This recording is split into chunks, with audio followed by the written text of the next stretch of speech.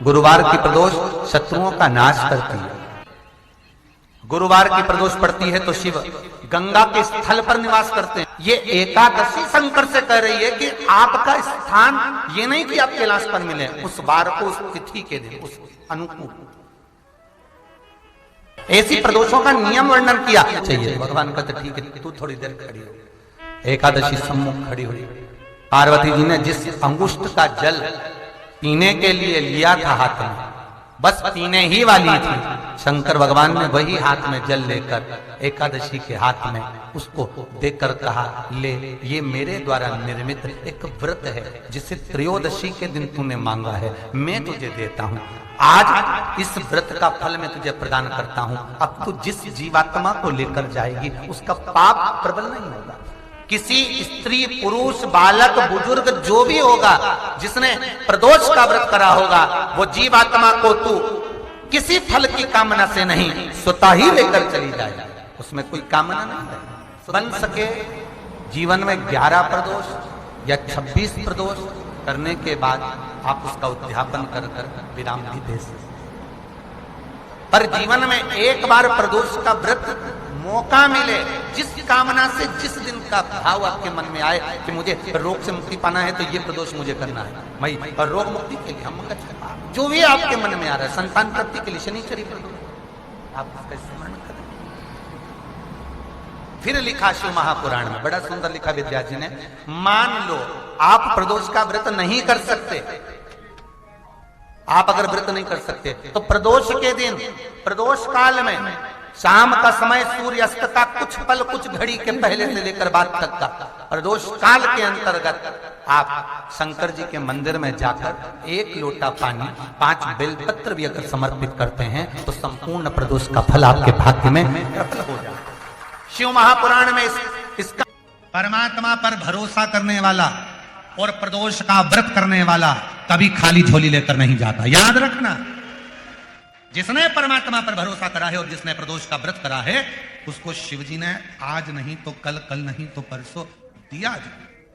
जिसने बाबा पर भरोसा करा, जिसने सोमवार, पशुपतिनाथ ऐसे व्रतों को जो धारण करता है, कोई 16 सोमवार करता है, कोई पशुपति व्रत धारण करता है, कोई प्रदोष व्रत करता है, कोई सोमवार की अष्टमी का व्रत करता है, जो मांगा देगा।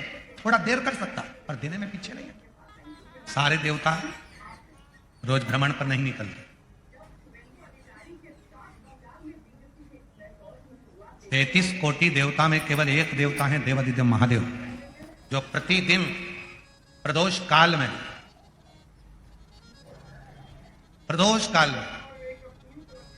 शाम के समय अपनी अर्धांगिनी मां पार्वती जी के साथ भ्रमण पर निकलते हैं अपने भक्तों का दुख मिटाने के लिए। तो पहले तो मेरा निवेदन है कि प्रदोष को समझें कि प्रदोष का मतलब, संसार का कोई मनुष्य कितने भी दोष कर ले, उसकी जिंदगी के सारे पाप उसने जितने भी करे हों, यदि प्रदोष का दिन है, जिस दिन प्रदोष है उस दिन यदि उसने व्रत धारण करा, केवल एक दिन ऐसा होता है प्रदोष का जिस दिन 33 कोटि देवता और 64 योगिनियां भी भगवान शंकर के सामने अपने मन की बात कहने के लिए प्रदोष काल में खड़े होते हैं और शिवजी अपने हाथों से उनके दुख मिटाते मिटाते जाते हैं। वो प्रदोष का सतयुग में, त्रेता युग में, द्वापर में और कलयुग में, इन सब में बड़ा अंतर। सतयुग में, त्रेता में, द्वापर में भक्त को भगवान के दरवाजे जाना पड़ता था। केवल कलयुग एक ऐसा है जिस कलयुग में आप भगवान को पुकारते हो तो भक्त को भगवान के पास जाना नहीं पड़ता, भगवान भक्त के पास दौड़कर आए। और ये बात तुलसी बाबा ने भी अपनी रामचरितमानस में लिखा कि कलयुग केवल नाम आधारा और सुमर सुमर नर उतर ही। आप भजो, नाम का उच्चारण करिए, भगवान का, ये जब भगवान के नाम का उच्चारण करोगे तो भगवान अपने करीब में आए। देखिए, अगर प्रदोष का व्रत नहीं कर सकते, प्रदोष के दिन आप व्रत नहीं कर सकते, मान लो आपसे भूखा नहीं रहा जाए, प्रदोष का व्रत नहीं कर सकते, प्रदोष के दिन आप भूखे नहीं रह सकते, मंदिर भी नहीं जा सकते, दिया भी नहीं लगा सकते, तो शिव महापुराण की कथा कहती है कि प्रदोष के दिन, प्रदोष काल में अपने ही दरवाजे के पास में देवाधिदेव महादेव का स्मरण कर लक्ष्मी की वृद्धि के लिए, कार्य सिद्धि के लिए, संपदा को प्राप्त करने के लिए आप अपने ही दरवाजे के पास में एक दीप लगा सकते हो। कौन से दिन? प्रदोष के। एक बात और अच्छे से समझ लीजिए, जो बच्चे चिड़चिड़े होते हैं, चाहे घर में बेटे हों, बहुएं हों, सास हो, ससुर हो, परिवार में छोटे छोटे बच्चे हों, चिड़चिड़ प्रवृत्ति करते हों या चिड़चिड़ा स्वभाव हो, जरा जरा सी बात में क्रोध आ जाता हो, बोलने का भान नहीं रह पाता हो, शब्दों के बाण चलते हों, तो महाराज प्रदोष के दिन, प्रदोष काल में बेलपत्री के पेड़ के नीचे एक जो पत्ता आपके पास में हो, पान का मिल जाए तो पान का, पीपल का मिल जाए तो पीपल का, बेलपत्र का मिल जाए तो बेलपत्र का, उस पत्ते पर मात्र थोड़ा सा शहद और 7 दाने चावल के रखकर घी का दिया लगा दो महाराज, और थोड़ा सा जल हाथ की अंजलि में लेकर भगवान देवाधिदेव महादेव का स्मरण कर कर कि इस बेलपत्री के वृक्ष के नीचे माता लक्ष्मी, पार्वती, सरस्वती विराजमान है। इसी बेलपत्री के पेड़ के नीचे मेरे देवाधिदेव महादेव का 12 ज्योतिर्लिंग का स्वरूप प्रकट है। उनका स्मरण कर कर जल चढ़ा दीजिए और उसका स्मरण कर लो जो चिड़चिड़ प्रवृत्ति करता हो, क्रोध करता हो, जिसको बोलने का भान नहीं होता हो, सम्मान नहीं देता हो, आप शब्द कहते हैं, उनका स्मरण कर कर आप छोड़ेंगे। एकदम एक प्रदोष करेंगे, दूसरे प्रदोष तक तो आपको कोई दिक्कत ही नहीं है। 2-3 प्रदोष कर कर देखिए, बाबा कृपा करें। बच्चों को पढ़ने का कह रहे हो, पढ़ने बैठो, पढ़ने बैठो, पढ़ने बैठो, पढ़ने बैठो, तो एक आध प्रयास बच्चों के लिए भी कर लिया करो कि भाई ठीक है, जैसे वैकुंठ चतुर्दशी वाला उपाय हमारे YouTube पर भी डला हुआ है, आप उसको निकाल कर सुनना। वैकुंठ चतुर्दशी के दिन प्रयास करना, बच्चे लोग विद्या में प्रबल होंगे।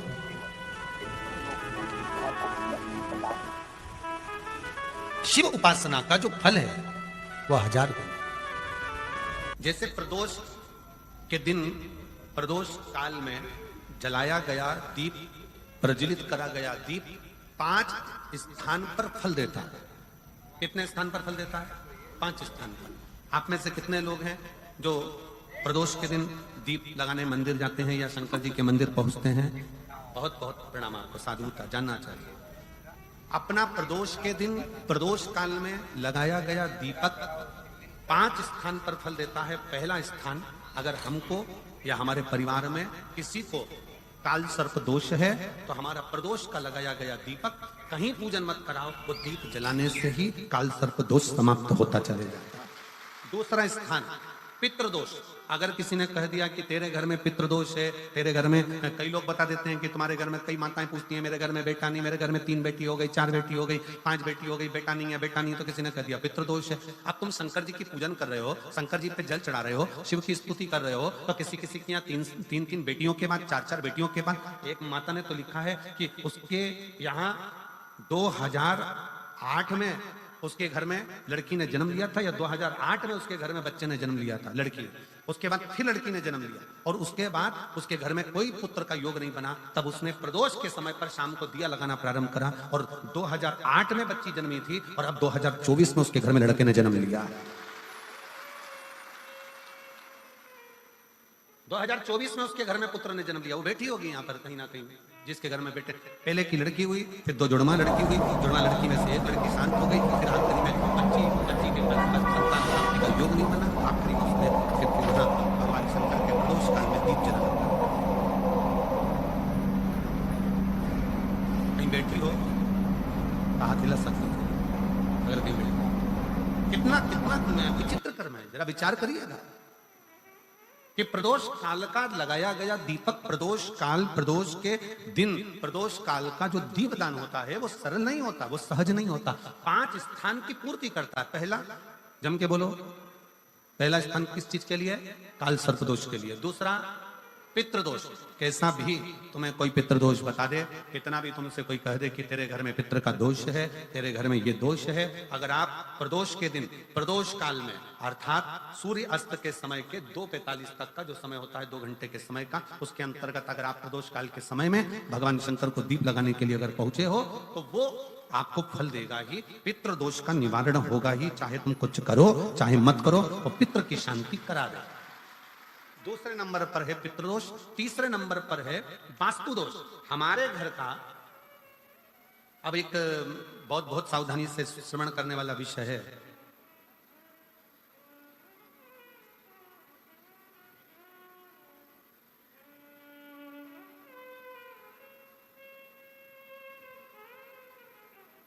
यदि वंश की वृद्धि नहीं है, 30 वर्ष शादी के हो गए, 40 वर्ष शादी के हो गए और औलाद है ही नहीं, डॉक्टर ने भी हाथ ऊंचे कर दिए, टेस्ट भी करवाया, आईवीएफ करवाया, सब कुछ तुमने करवा लिया, तो भी औलाद नहीं है, तब आखिरी में एक काम चालू करो, प्रदोष का दिन दोनों पति पत्नी व्रत चालू कर दो प्रदोष का, और प्रदोष काल में शाम के समय जाकर एक ही दिए में 2 लंबी बाती जानते हो ना, रुई की लंबी कपास की बाती 2, और दोनों बाती एक ही दिए में रखकर पति पत्नी दोनों उसको प्रज्वलित करना प्रारंभ करें, बाबा संतान देकर ही रहेगा, औलाद आएगी ही।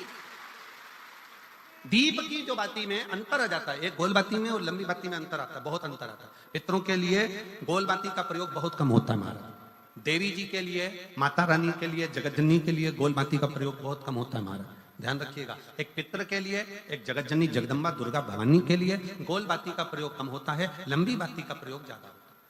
क्यों? क्योंकि हमारे घर की कुल देवी और हमारे घर के पितर हमारे वंश की वृद्धि करें, इसलिए लंबी बाती रखी जाती है, जिससे हमारा वंश बहुत लंबा चले, बहुत उन्नति की ओर बढ़े, इसलिए लंबी बाती का प्रयोग किया।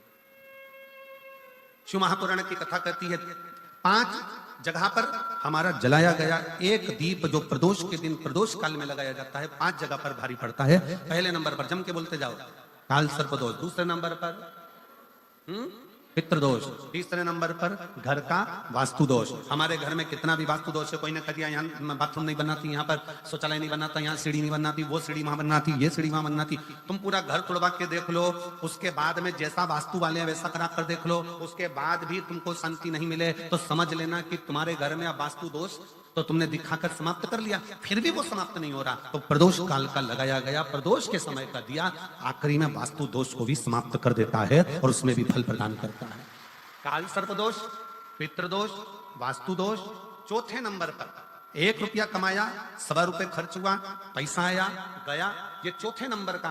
व्यापार में थोड़े दिन दुकान अच्छी चली, थोड़े दिन बैठ गए, थोड़े दिन काम चला, थोड़े दिन बैठ गए, गाड़ी चली, थोड़े दिन फिर बैठ गए, अर्थात हमारी फैक्ट्री थोड़े दिन चली फिर बैठ गए, कहीं ना कहीं तकलीफ, थोड़े दिन खाते थोड़े दिन रोते वाला चल रहा है। तो प्रदोष काल का, प्रदोष के समय का दिया इस दुख को समाप्त कर कर रेगुलर एक जैसी सांझी, एक जैसी लक्ष्मी की वृद्धि करते चले गए, प्रदोष काल का।